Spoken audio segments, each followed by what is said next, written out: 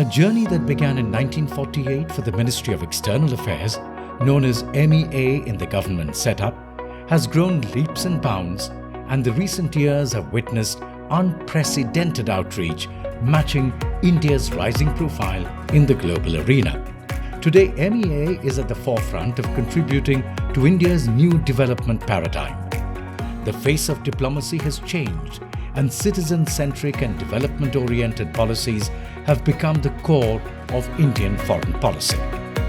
Now, it is about bringing foreign policy to the people and people to the foreign policy of India to make it more inclusive and accessible. The changes that Indian diplomacy is undergoing is expressed in multiple ways. Some of that are in policies, in priorities, and in practices. But there are other steps that indicate new thinking and fresh approaches. The International Day of Yoga and the promotion of Ayurveda represent the projection of a confident culture. The establishment of a division dealing with states speaks of cooperative federalism. A technology division underlines the relevance of that domain. The opening of new embassies signifies our growing footprint abroad. Aligning diplomacy with India's economic development is now central to MEA's functioning. आज भारत में innovation के लिए विश्व में सबसे उत्तम ecosystem है। भारत के 70,000 से अधिक स्टार्टअप्स में 100 से अधिक यूनिकॉर्न है। In the 75th year of its independence, India stands before you proudly as the fifth biggest economy of the world and still rising. In pursuit of the Prime Minister's call of an Atmanirbhar Bharat, the Economic Diplomacy Division facilitates foreign investment flows, promotes bilateral trade, tourism, yoga, and traditional Indian medicine in coordination with Indian missions abroad, other ministries of the Government of India, and state governments. State governments have a lot to bring to the table of international diplomacy and help make it work to solve local problems. The commercial officers in the Indian missions and posts assist the micro, small and medium enterprises to enter into new markets by working closely with the export promotion councils and trade and industry associations in India. Such is the success of this endeavour that in the last 5 years, India has jumped 79 positions in World Bank ranking of ease of doing business and now ranks 63rd. Commitment of substantial FDI has been made by partner countries. Several Fortune 500 companies have set up their businesses in India. This is the direct result of India's unprecedented diplomatic outreach and economic reforms. Honorable Prime Minister has recently called upon our missions and posts abroad to promote 3 T's, which is trade promotion, transfer of technology and tourism promotion. By promotion of these 3 T's, the Indian missions and posts abroad, working closely with the stakeholders in India, helps in the prosperity and also creation of employment. MEA has been at the forefront of promoting India as an investment destination. Intensified engagement with partners has brought visible economic benefits to the people of India. Many high-level visits took place after a gap of 10 to 60 years. 54 African countries joined hands in the India-Africa Forum Summit and unveiled a transformative agenda of mutual resurgence. In a first, 10 ASEAN leaders participated in India's Republic Day celebrations on the 26th of January 2018. The most important role, of course, as a representative of the government is to reach out to the political leadership of the country in which the ambassador is posted. Therefore, political engagement with the top leadership is a very important part of that responsibility. Not only internationally, MEA's vigorous outreach in India is taking foreign policy to the masses. SAMEEP, Students and MEA Engagement Program, seeks to familiarize students with nuances of India's foreign policy. The program takes ministry officers to their hometowns, particularly their alma maters. Similarly, many distinguished lectures like the Raisina Dialogues and the Atal Bihari Vajpayee Memorial Lectures by MEA are an honest effort to discuss India's place in the world and its global ambitions.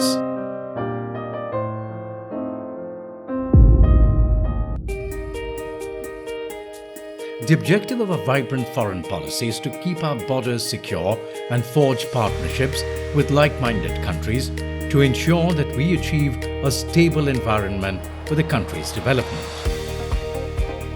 हम उस देश के वासी हैं जिसने दुनिया को युद्ध नहीं बुद्ध दिए हैं. India has been a leading voice against terrorism, piracy, drug trafficking, human trafficking, and fake currency.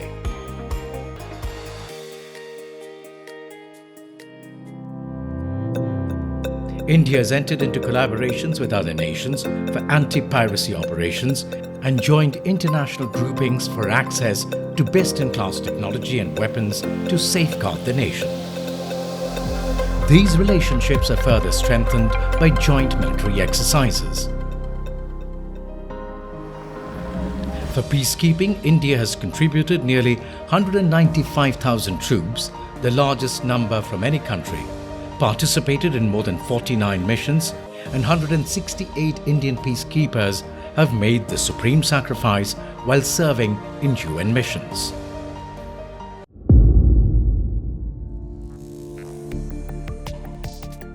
The Ministry of External Affairs constantly strives to ensure the energy security of the country. Diplomatic efforts have enabled India to procure an uninterrupted and affordable flow of oil and natural gas from major Gulf countries. Past few years have witnessed India's extensive collaboration with energy-rich countries for developing alternate sources of energy. As part of our commitment to clean energy, India, together with France, proposed the International Solar Alliance for all countries between the tropics. Mr. Prime Minister, you made a dream, and we did it. With the United States signing the agreement on 10 November 2021 on the sidelines of COP26 in Glasgow, 112 countries have now signed the framework agreement of the ISA. LIFE यानी lifestyle for environment. आज जरूरत है कि हम सभी लोग एक साथ आकर कलेक्टिव पार्टिसिपेशन के साथ लाइफस्टाइल फॉर एनवायरमेंट यानी लाइफ को एक अभियान की तरह आगे बढ़ाएं. With Nepal, Bhutan and Bangladesh, India has developed hydropower projects so that excess power can be supplied to India's northeastern states. As far as hydroelectric power cooperation is concerned, I think there too India has played a big role. In fact, during the Prime Minister's visit, we will be launching a stamp marking 50 years of hydropower cooperation between India and Bhutan, beginning from Chukka, Tala, Kurichu and now Mangdechu, and going forward, looking forward to the Sankosh hydroelectric power project.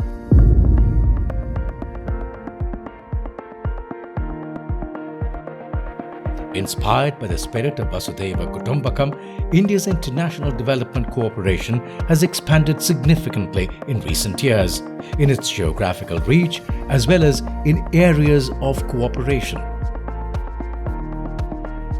This development cooperation, channelized through lines of credit and grants, includes assistance in capacity building, training, and enhanced cooperation in education and health. Currently, India has committed lines of credit worth $30.66 billion to 64 countries. India has imparted funds, technology and expertise to countries in Africa, Asia, Eastern Europe, Central and Latin America. One of the things which at least we have tried to do in India is make whatever solutions we come out in the digital space for public benefit, make them human-centric, in order so that the source code which goes behind, or the groundwork which goes behind in creating that particular platform is really available to the rest of the societies, not just in South Asia, but across the world, anywhere to be used. Now in its 57th year, iTech, or Indian Technical and Economic Cooperation Program, reiterates India's commitment towards building capacity and forging partnerships for the global good under the framework of South-South cooperation.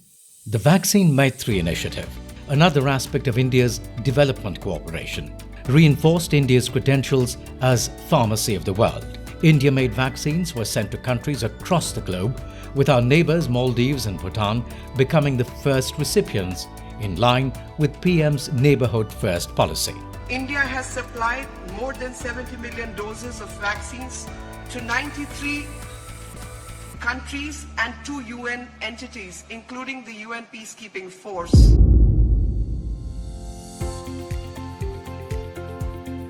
PM Modi has inspired a number of soft power initiatives to further bolster India's image internationally. And working behind the scenes, augmenting the Prime Minister's dynamic vision, is the Indian Council for Cultural Relations, or ICCR. International Day of Yoga, more than 170 countries co-sponsoring the resolution, and now this is being done as a movement in all the countries, all the capital, all over the world. To mark 75 years of India's journey, ICCR, in coordination with missions and posts abroad, is celebrating Azadi Ka Amrit Mahotsav, showcasing India's glorious history, culture and achievements. Instead of now just only focusing on the traditional sense of art, and which was basically performing art and music and dance, etc., now we are moving ICCR into new areas. For example, we have craft, we have Indian cinema, we have cuisine. Working in collaboration with its 37 Indian Central Centres, ICCs abroad, and 18 regional centres, MEA is the nucleus not only for attracting cultural talent in different parts of the world, but also spearheading the various cultural events and initiatives in multiple countries throughout the year.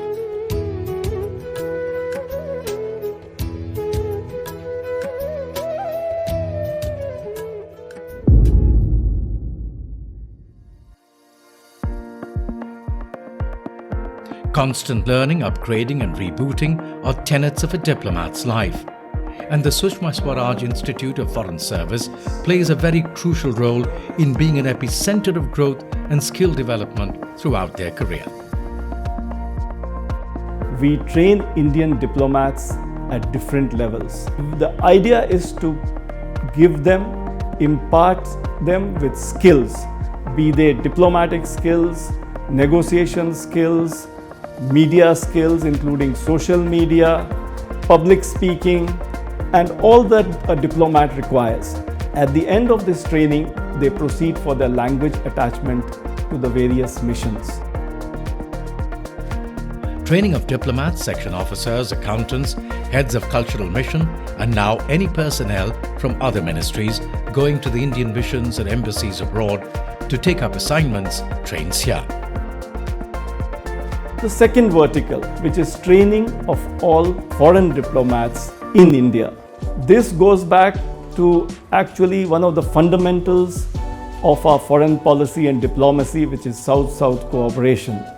The course is really well structured with various programs such as Bharat Darshan and mission attachment, and also a lot of extracurricular activities.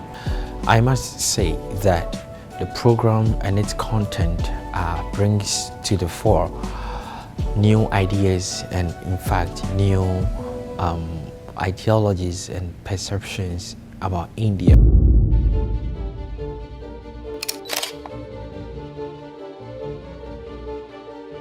MEA's commitment to serve Indian people can be seen by how in the last few years it has completely revolutionized the passport services.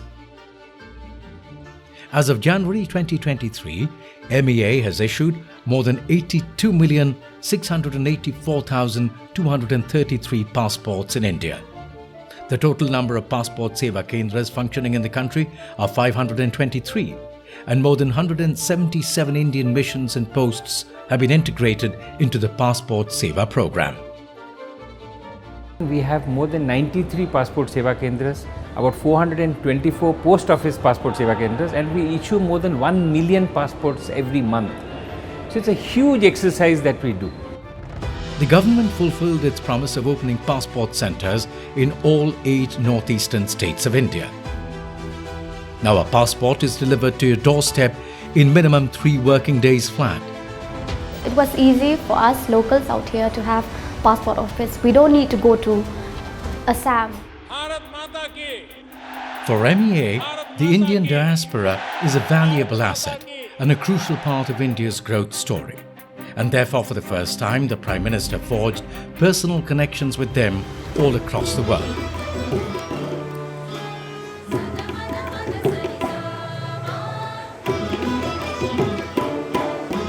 The Pravasi Bharatiya Divas, organised by MEA, further strengthens the engagement of the overseas Indian community and reconnects them with their roots. In the, I would say, memorable words of the Prime Minister at a legendary diaspora event, he said that "Hamara to khoon ka rishta hai, passport ka nahi." And that one phrase, I think, captures the entire complexity of a relationship that we have today with 34 million people of Indian origin and non-resident Indians abroad. In the last 5 years, nearly 250,000 Indians were rescued from different parts of the world. This is the power of the Indian passport. All Indian missions across the world are sensitized to work 24/7 to serve Indians.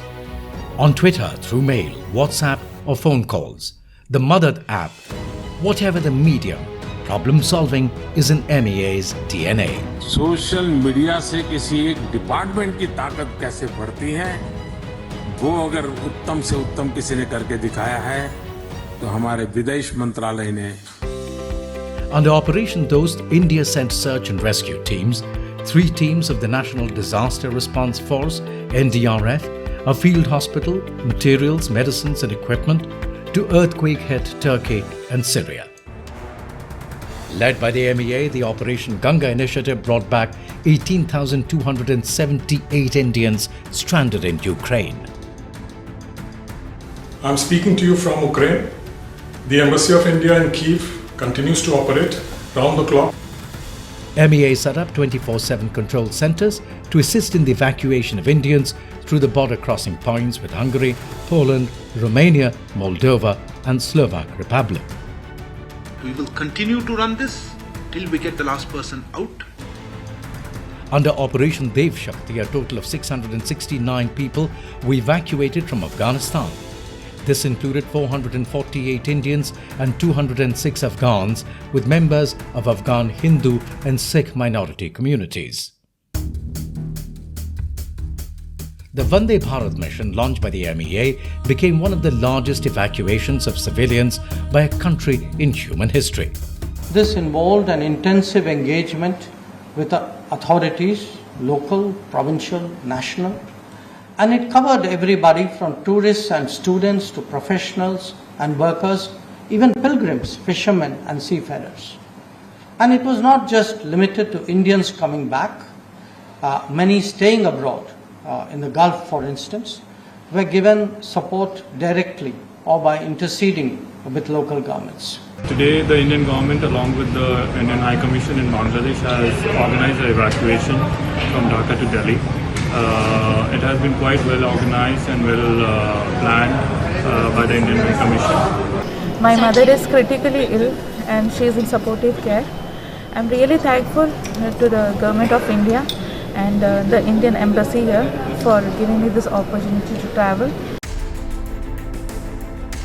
As on 29 July 2021, more than 88,700 inbound flights operated to bring back 72 lakh passengers to India from more than 100 countries. In the same period, more than 88,000 outbound flights took more than 58 lakh passengers from India to foreign countries. 147 foreign nationals of 18 countries were also evacuated from conflict zones and brought to India in line with India's principle of Vasudhaiva Kutumbakam.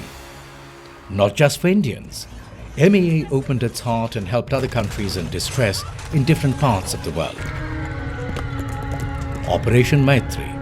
When Nepal was hit by a massive earthquake measuring 7.8 on the Richter scale, India was the first to respond to this tragedy and launched its largest disaster response abroad, Operation Maitri. Operation Insaniyat. India sent the first consignments of humanitarian assistance under Operation Insaniyat for Rohingya refugees in Bangladesh. Operation Rahat. 5,000 plus total number of people evacuated.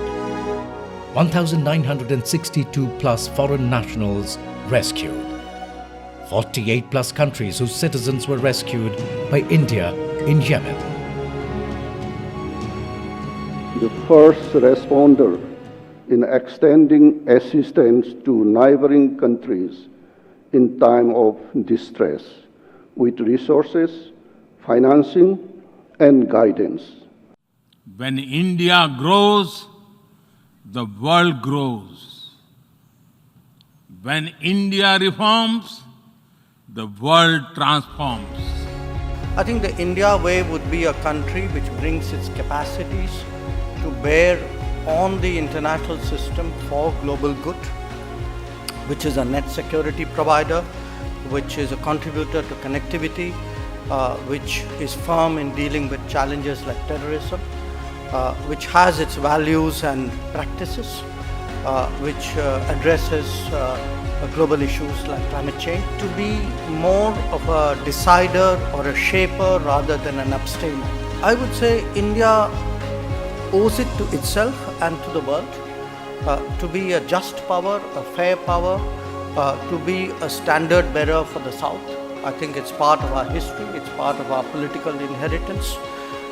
So I think India must live up to those obligations in a practical way and be the voice for the South.